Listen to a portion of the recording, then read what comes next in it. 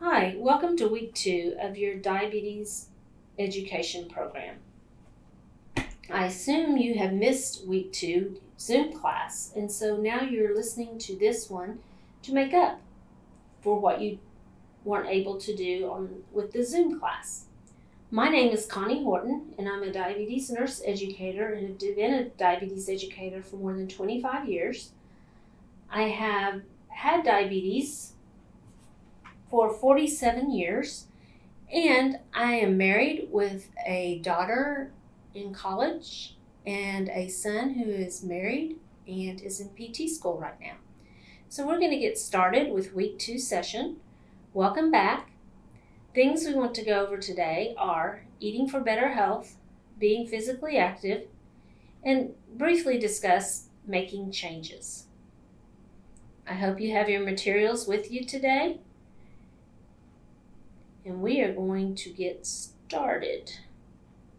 On page 19, under the Let's Talk area in your book, talks about how do you feel about checking your blood sugar and what concerns you have about checking your blood sugar.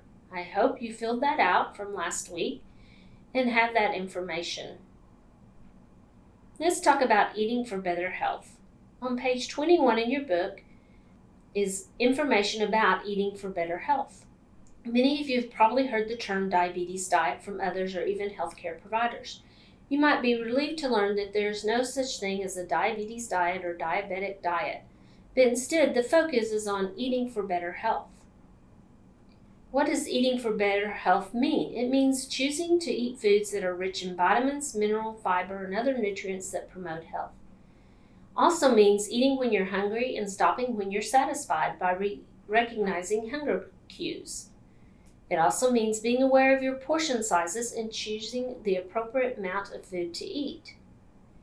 Eating for better health is important in order to keep your blood sugar levels in target, reach and maintaining a healthy weight, preventing or delaying complications, and just generally feeling better and having more energy.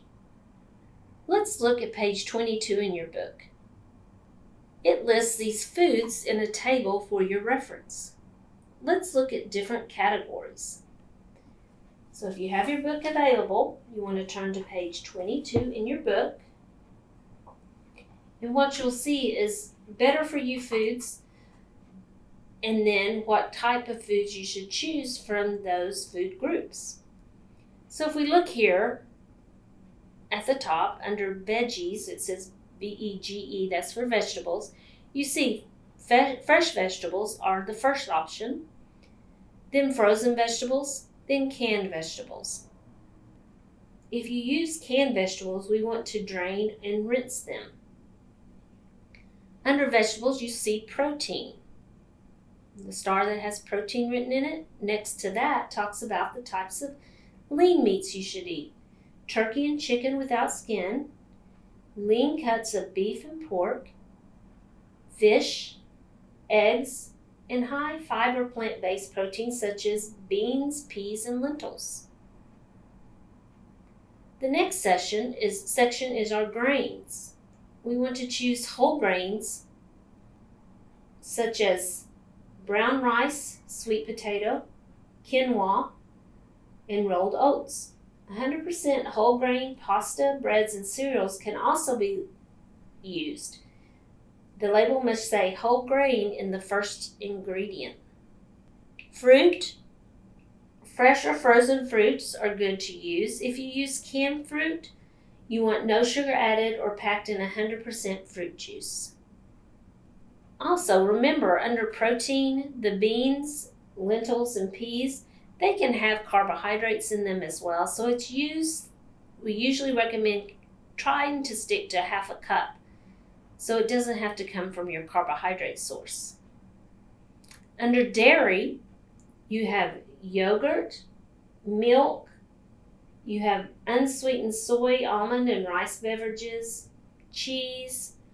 Those are things in the dairy category. Yogurt should be an unsweet yogurt and not have any sugar or fructose corn syrup added to it. And under fats, you have your olive oil, canola oil as the best liquid type oils. Your unsalted nuts and seeds are good. Nut butters. Avocados are a great source. Salad dressings made with unsaturated vegetable oil, or tub margarine made with unsaturated liquid oils and that has no trans fats. Those are your fats. We usually recommend making one change at a time, and then add another change when you're ready. You might think about this with your goals when we discuss goal setting next week. Look at page 23 in your book. On page 23 lists some different things that you could substitute. So I would look at the right-hand column on page 23. If you see something on that list that you normally eat, let's say you normally eat white rice, a change would be to switch to barley or wild rice as something to try that would be a more whole grain. If you use stick margarine, maybe substituting with tub margarine made with unsaturated oils and no trans fats. Or even going to a stick butter instead of stick margarine would be better. Let's say you normally use ranch dressing. Maybe a balsamic or another vinegar-based dressing would be good. If you use mayonnaise, a better fat would be some avocado or possibly some hummus. And of course, cakes or cookies, if you eat those, fresh fruit or a frozen fruit bar might be a better choice. How do we shop for better foods? Let's look at the grocery store handout that you have in your packet. Most better-for-you foods are found on the edges of the store. These are unprocessed or minimally processed food. Unprocessed foods just mean they are in their natural form. So things that you want to look at are going to be your fresh produce, your meat, poultry, and fish, milk, eggs, and dairy, your bread, and frozen foods. Those are things that are least processed. Your bread is going to be processed, but as long as you choose a whole grain bread, that's going to be better for you. But things on the outside of the grocery store tend to be better. Things on the inner ring of the grocery store are going to be more processed. Processed foods tend to have less fiber, more sugar, and more salts and fats. But unprocessed foods, of course, have more fiber, less sugar, and salts and fats. Ordering online may be also helpful so that you don't pick up items at the store that are unhealthy. I know sometimes when I go in the store and I see something that looks good, I might grab it even though it wasn't on my list initially.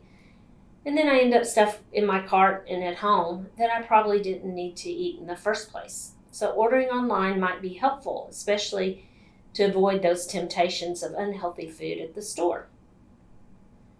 On page 24, it talks about foods that increase your blood sugar. All foods that we eat have carbohydrates, protein, and fat. Carbohydrates have the biggest effect on our blood glucose levels, but carbohydrates themselves are not bad for you. Here are some general rules to choose better for you carbohydrates. Best ones are to eat under the green arrow. So that's going to be things that have whole grains, fruits, legumes, beans, and dairy. Things under the yellow arrow should be eaten in limited amounts or avoided altogether. They have limited nutritional value and added sugar, such as white bread, desserts, chips, bakery pastries, and muffins. Things to avoid totally are in the red area: sugar-sweetened soda, juice, energy and sports drinks, sugar-sweetened coffee drinks. We should eat carbohydrates in recommended portion sizes, and we'll talk about carbohydrates and portion sizes in another lesson. These recommendations are good for both people with diabetes and people without diabetes. Let's talk about a food plan. What is a food plan? You make a plan depending on what foods you will eat, how much you will eat, and when you will eat. We're going to look at the Eating for Better Health pamphlet. Eating for Better Health is choosing to take care of yourself. For a person with diabetes, this include improvement in glucose management, possible weight loss, improving lipids and blood pressure. The old saying, you are what you eat. When you choose healthy foods, you become more healthy. Let's start out by looking at the cover. What do you think this represents? It actually represents 3 meals a day. Let's take a minute to look at each meal. They show non-processed foods in each of the meals. There is no protein unless that is a Greek yogurt in the breakfast meal initially, but they have unprocessed foods such as oats, blueberries, strawberries, their coffee. So this would be a healthy breakfast. If you also notice, every meal has a lot of color with it as well. The lunch meal has a nice salad, a wrap, and maybe some kind of fruit salad. And then the dinner meal has milk, rice, chicken, vegetables, and a few strawberries. The breakfast meal, you could substitute an egg for the oatmeal or for the yogurt if it's not a Greek yogurt. Greek yogurt does have lots of protein and is healthy and lower in sugar. Let's look inside the pamphlet.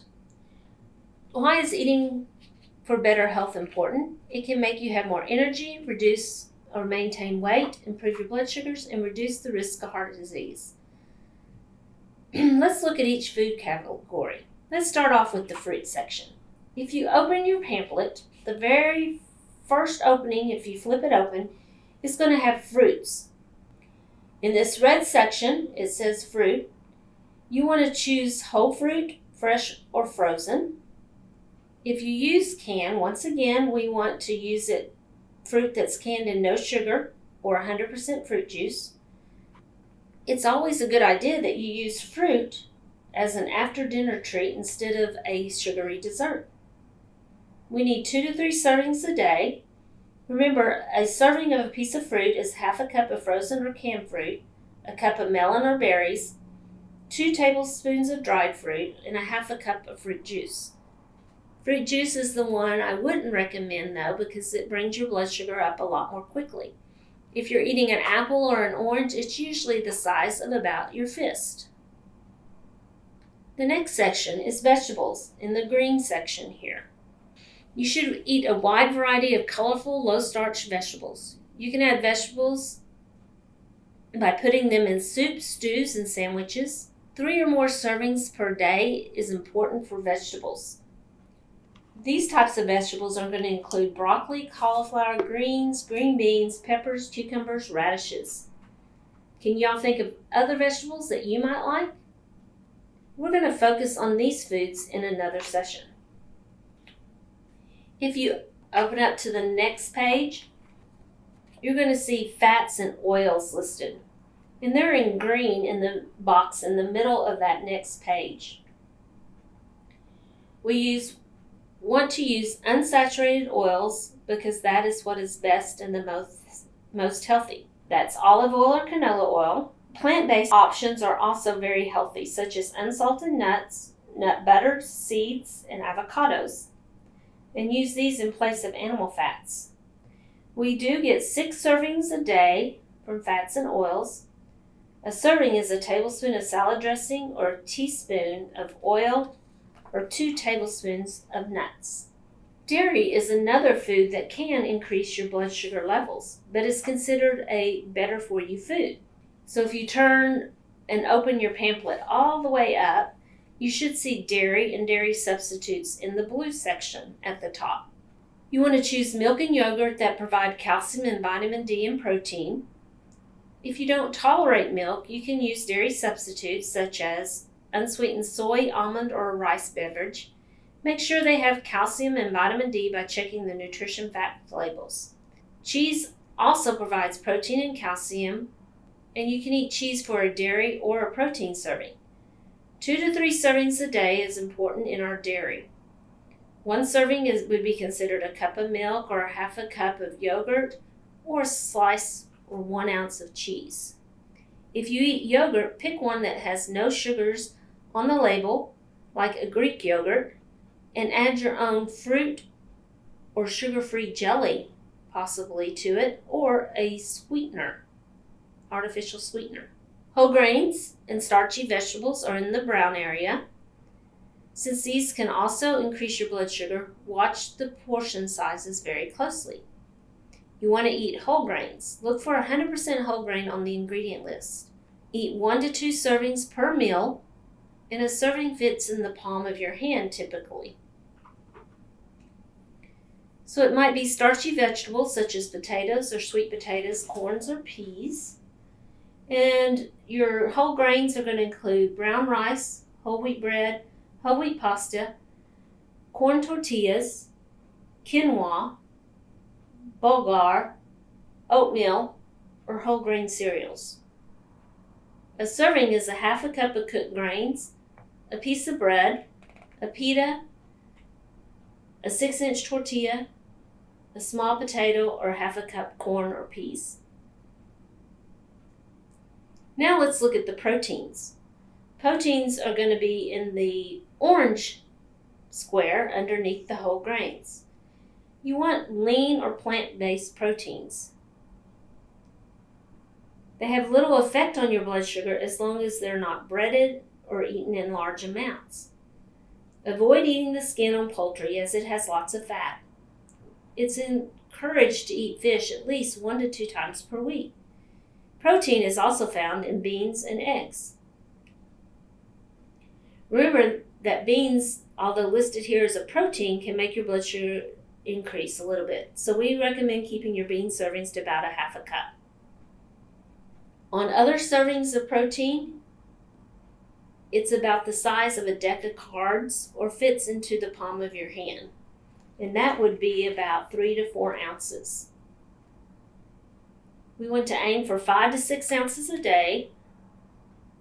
A serving size is 3 ounces cooked, about the size of the palm of your hand or a quarter of your plate. Now, let's put this all together. Put a star by those food groups we just talked about that can raise your blood sugar. I'll give you a second to do this. You should have marked fruits, dairy, and whole grains. These are the foods where we watch how much we put on our plate. In another lesson, we'll talk more about portion sizes of these foods. For now, we're going to focus on how our plate looks. Let's look at our plates. Get your plate out and use the measuring rule on the side of the pamphlet to see how big your plate is. So on the last page that you have your pamphlet all folded out, there is a purple ruler on the end of the page. You want to take that ruler and lay it across your plate to check and see how big your plate is. It's recommended to use a 9-inch plate or smaller. If yours is bigger than 9 inches, then make a note where about 9 inches is located. Your food should stay within that area.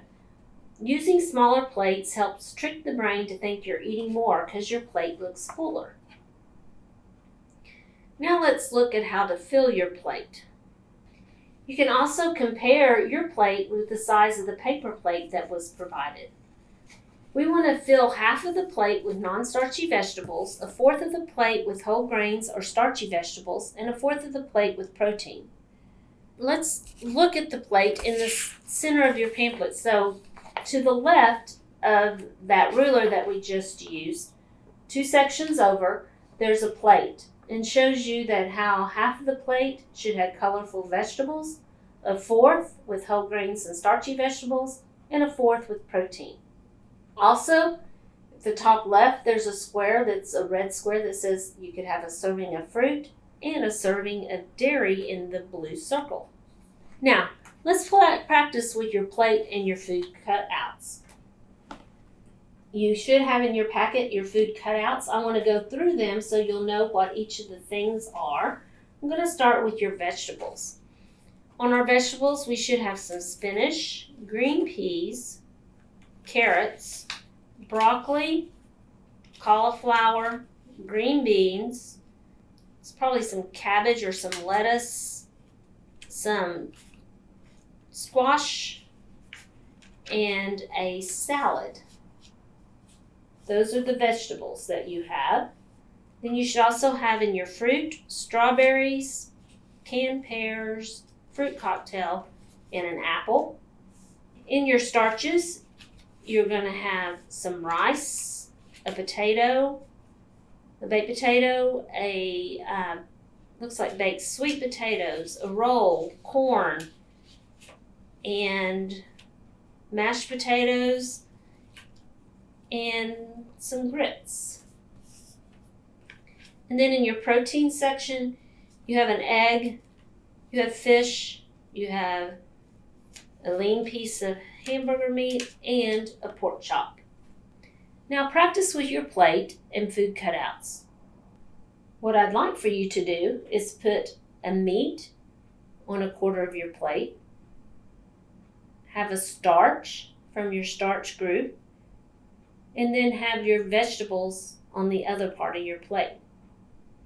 You can also add fruit as a part of your meal plan as well. Don't have dairy cutouts that I see, so we will use these cutouts we have. So your plate may look totally different and you can work it out different ways. I personally would put a piece of the pork chop. For my starch, I would have a small baked potato. And for my vegetables, I would probably do the salad. I like a big salad with my stuff. And I might even include my strawberries on my salad because I like strawberries in my salad. If not, I would probably have a pear for dessert. But then I could change that up a bit as well. Basically, we want to keep our 3 foods that can increase our blood sugar, our starches, our fruit, our dairy.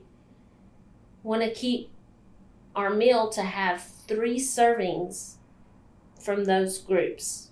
So 1 serving from each group, or maybe 2 servings from one group and 1 from another.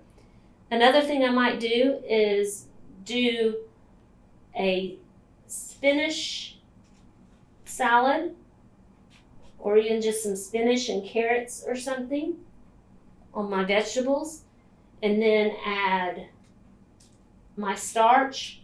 I might do a piece of corn and a sweet potato, and then do my lean meat, and then possibly have a glass of milk with it. In that meal, I've had 2 starches, but I left off my fruit from that meal. Take some time practicing and creating plates that you think would be appropriate. If you have difficulty with this, at your next Zoom class, your educator can help you with planning your plates better. What about snacking? Should we snack or not snack? I think the question is, are you hungry? Or is it something else? If we need a snack, that's fine. If we don't need a snack, then we don't have to have a snack. So what should we pick for our between meal snack? We want to pick something that does not raise your blood sugar as much. So some of the things that might be used for between meal snack, your fresh fruit will have some carbohydrate and is going to bring the blood sugar up some. If you choose berries, they're probably going to bring your blood sugar up less. String cheese will not raise the blood sugar hardly at all. Your fresh vegetables are not going to raise your blood sugar. Nuts are not going to hardly raise your blood sugar either. Popcorn might a little bit, but 3 cups of popcorn would be a good serving of popcorn to snack on. Pick healthier snacks when you snack. I think that's the most important thing. And make sure you're snacking because you truly are hungry and not just bored or lonely or stressed. If you look on page 25, back to your Diabetes Basics book, on page 25, I'd like for you to think of some meal plans, food plan, and what you might eat. There's some examples there of what might be a good meal plan. By using page 22 in your book and then your Eating for Better Health pamphlet, put a star by 1 to 2 areas where you want to make a change. Consider including this in your goal setting next week if you are ready. When should you eat? On page 28 in your book, you will notice there are common hunger cues. Rumbling of your stomach, unpleasant stomach tightening, mild lightheadedness, and a few others that are listed there. We recommend eating 3 meals per day and recognize when you are satisfied. Do not eat until you're stuffed, but only until you're satisfied. Avoid skipping meals to prevent overeating at the next meal. If you have your pamphlet all the way open in the Eating for Better Health pamphlet, if you turn it over, the page on the far left-hand side says, "When do I eat?" You want to set a regular schedule for eating. Eating regular meals is important to help you be aware of your body's natural hunger cues. Start your day with a morning meal. Aim for 3 meals spread out through the day. If you are hungry between meals, small snacks are okay. But we should avoid skipping meals because that can lead to overeating. So there are 3 clocks underneath there. Mark down the times you plan to eat your 3 meals during the day. On page 29 in your book, there are different meals that are listed. Some of them are better than others. Let's look and see which ones appear better than others. It lists a morning meal, a midday meal, an evening meal, and a snack. So for the morning meal, take a minute, read through the choices, and pick which meal you think would be the better choice. And each meal may have more than one correct answer. Let's look at morning meal 1. A bakery muffin, fruit juice, sugar-sweetened coffee, and drink. We have a lot of carbohydrates in this meal. The muffin is full of carbohydrates, fruit juice has a ton of carbohydrates, and sugar-sweetened coffee drink is all carbohydrates. Let's look at meal 2. Have a cup of rolled oats, 2 tablespoons of walnuts, and a small banana. So we have 2 sources of food that has carbohydrates, your rolled oats and your banana. One of them is whole grain and one of them is a fruit, which are both okay. So this meal would be okay. Let's look at morning meal 3. You have an egg, 2 slices of whole grain toast, 1 to 2 teaspoons of margarine, and half a mango. So your carbohydrates here are your 2 pieces of toast are going to be 2 carbohydrate servings, and your half a mango is 1. So you have 3 carbohydrate servings here. You also have protein in your egg, and you also have a little bit of margarine, which will have your fat in it. So morning meal 3 is probably one of your best meals since it has the protein. So I would say morning meal 3 first, morning meal 2 second, and morning meal 1 I would not encourage eating. Let's look at the midday meal. The first one has an 8-inch whole wheat tortilla, 2 to 3 ounces of turkey, a half a cup of mashed avocado, 4 to 6 ounces of yogurt, a medium orange, and raw vegetables. So your carbohydrates or things that are going to raise your blood sugar are going to be your whole wheat tortilla, yogurt, and your orange. So you have 3 things that are going to raise your blood sugar. We want to keep it to 2 to 3 things per meal. So this meal is going to be a decent meal to have. It also chose a lean meat, your 2 to 3 ounces of turkey, and has a healthy fat in the avocado. It includes raw vegetables.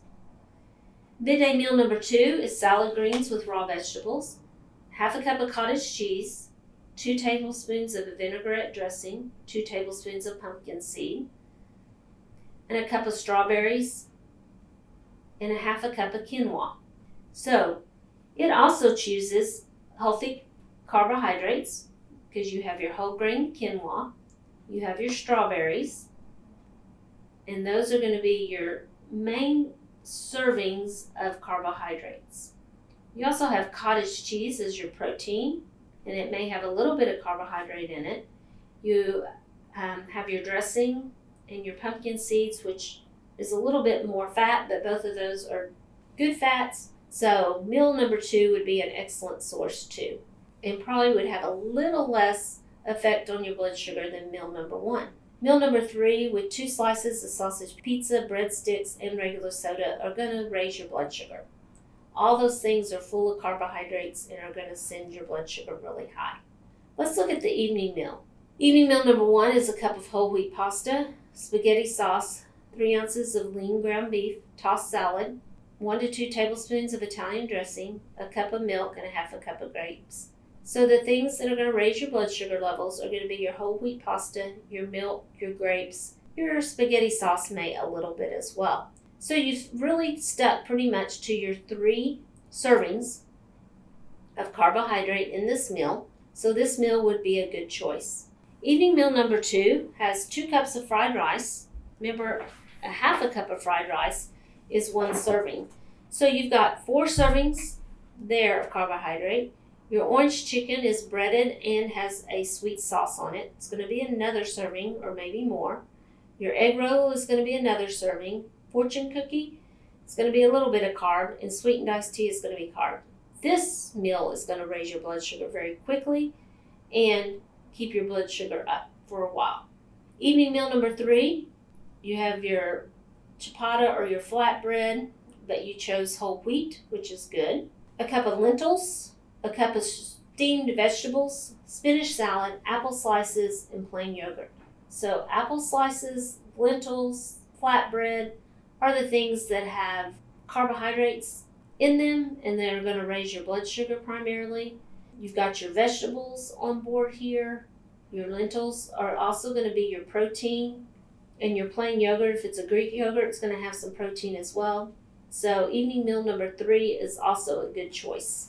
And I would say it would probably raise your blood sugar less than meal number 1. And how about snacking? 1/4 cup of nuts, a cup of fresh fruit, or a cup of raw carrots, and 2 tablespoons of hummus. All of these, I think, are going to be good snacks. Snack number 1 and 3 are probably the best. Snack number 2, a piece of fresh fruit, is going to be fine, but it's going to bring your blood sugar up a little more than the other 2. Let's talk about being physically active. On page 30 in your book, it talks about regular physical activity and how it helps in your diabetes management.